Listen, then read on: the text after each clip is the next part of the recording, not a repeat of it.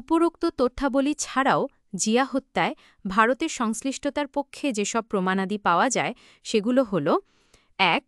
President Ziaur Rahman হত্যাকাণ্ডের একদিন পূর্বে ভারত বাংলাদেশ সীমান্তে অতিরিক্ত সেনা মোতায়েন করে। ২.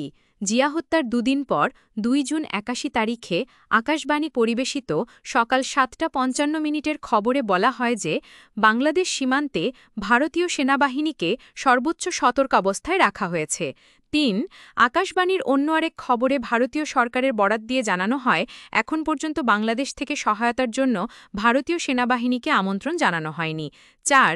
প্রেসিডেন্ট জিয়ার হত্যাকাণ্ডের সংবাদ পাওয়ার সাথে সাথেই ভারতীয় কর্তৃপক্ষ নয়াদিল্লিস্থ বাংলাদেশ হাইকমিশনে জানতে চান যে শেখ হাসিনাকে গ্রেফতার করা হয়েছে কিনা। আসলে প্রেসিডেন্ট জিয়াউর রহমান বাংলাদেশি জাতীয়তাবাদ প্রবর্তন সহ স্বাধীন পররাষ্ট্রনীতি এবং বিশেষ করে স্বকীয় কৌশলগত নীতিমালা প্রণয়ন করেছিলেন বলেই তাকে হত্যা করা হয়। এই হত্যাকাণ্ডে নিঃসন্দেহে জড়িত ছিল ভারত।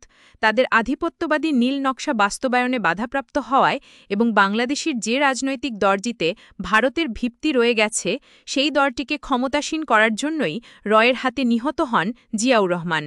এই লেখকের নিবন্ধটি দৈনিক দিনকাল ৩০ মে উপলক্ষে বিশেষ সংখ্যায় প্রকাশিত।